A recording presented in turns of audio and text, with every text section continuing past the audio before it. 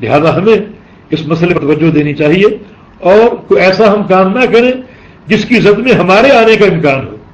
آپ تکفیر نہ کریں، آپ تکفیر مطلق کریں کہ فلاں اگر کوئی عمل کرے گا وہ کافر ہے، وہ کافر ہے. اب اس کے افراد دنیا بھر میں پھیلے، وہ عمل کرنے والے دنیا بھر میں پھیلے. مثلا آپ یہ کہیں کہ جو شخص اللہ تعالیٰ کے استواء العرش کا انکار کرتا ہے وہ کافر ہے. علماء نے اس کی تکفیر کی ہے، استواء العرش کا منکر کافر.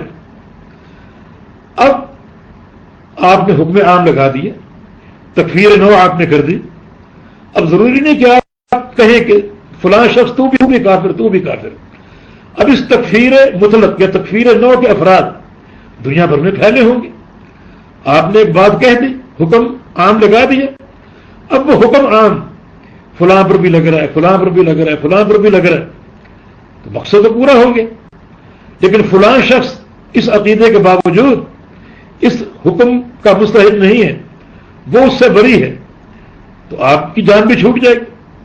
آپ اس کو کافر کہنے پر مصر ہیں جبکہ عند اللہ وہ کافر نہیں ہے.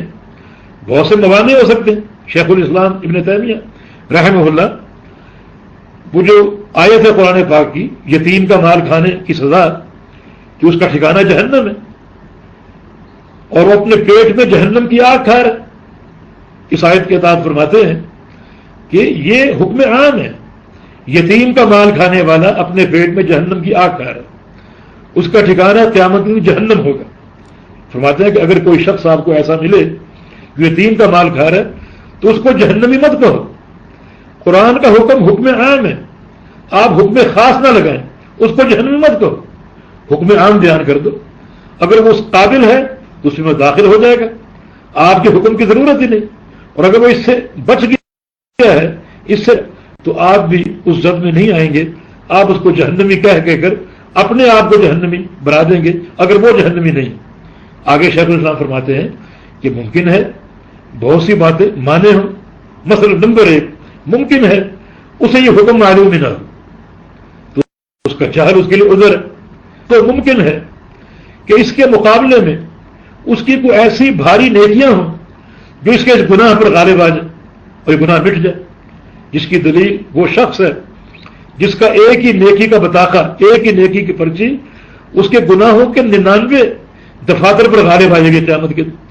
تو ممکن ہے کہ اس کی ایسی نیکیاں ہوں جو اس کے اس گناہ کو کھا جائیں، اس گناہ میں آپ اس کو جہنمی کہہ رہے ہیں اور عند اللہ وہ جنتی ہے.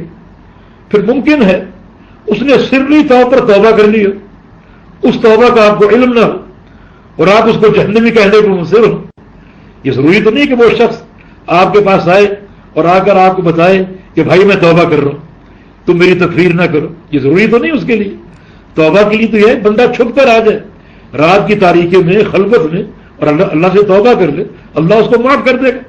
جیسا کہ پیغمبر اسلام کی حدیث ہے، نوحہ کرنے والی عورت اگر توبہ نہیں کرتی اور توبہ کیے بغیر مر گئی تو اس کے لیے یہ سزا اور یہ سزا. مانا اس کے لیے توبہ کی گنجائش ہے، ہر گناہ گار کے لیے توبہ کی گنجائش ہے. ان الذین فضلوا المؤمنین والمؤمنات ثم لم يتوبوا فلهم عذاب جہنم ولهم عذاب الحریق. جن لوگوں نے خندقوں میں اللہ کے نیک بندوں کو جھونکا اور مومنات کو جھونکا اور پھر توبہ کیے بغیر مر گئے، ان کے لیے جہنم کی وعید ہے. تو آپ غور کریں توبہ کس کس کے لیے ہے.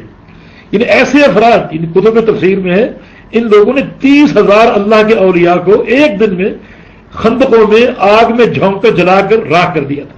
اور اللہ فرما رہا ہے اگر یہ لوگ بھی توبہ کر لیں میں ان کو معاف کر دوں گا. تو توبہ تو ہر ایک کے لیے. شیخ الاسلام فرماتا ہے کہ ممکن وہ توبہ کر چکا، یا پھر ممکن ہے کہ اللہ تعالیٰ اس کو ایک ایسے مرض میں ڈال دے کہ اس کا یہ مرض اس کے اس گناہ کا کفارہ بن جائے. پھر یہ بھی ممکن ہے کہ کل جو شافعین کی شفاعت حاصل ہوگی قیامت کے دن، اللہ تعالیٰ اس کو اپنے نبی کی شفاعت عطا فرما دے اور پیغمبر اسلام کی شفاعت اس کے لیے بخشش کا باعث بن جائے. اور آپ مصر ہیں کہ یہ جہنمی کیونکہ میں نے اس کو دیکھا تھا یتیم کا مال کھاتے ہوئے. بھائی حکم عام لگاؤ، آپ اس حکم عام کی زد میں اگر وہ آ رہا ہے تو آنے دو، نہیں آ رہا تو کم از کم آپ تو بچ جائیں گے نا. آپ کا شوق بھی پورا ہو گیا آپ نے حکم عام لگا دیا، اس کے جو بھی افراد ہیں وہ آ گئے، آپ کا شوق پورا ہو گیا، اور جو اس میں نہیں آنے کا اہل وہ نہیں آیا، آپ بچ گئے، آپ محفوظ رہے۔ تو اس معاملے میں اس احتیاط کا مظاہرہ کرنا چاہیے، اور وہ معاملہ جو اللہ کے سپرد ہے اس میں تدخل نہیں کرنا چاہیے۔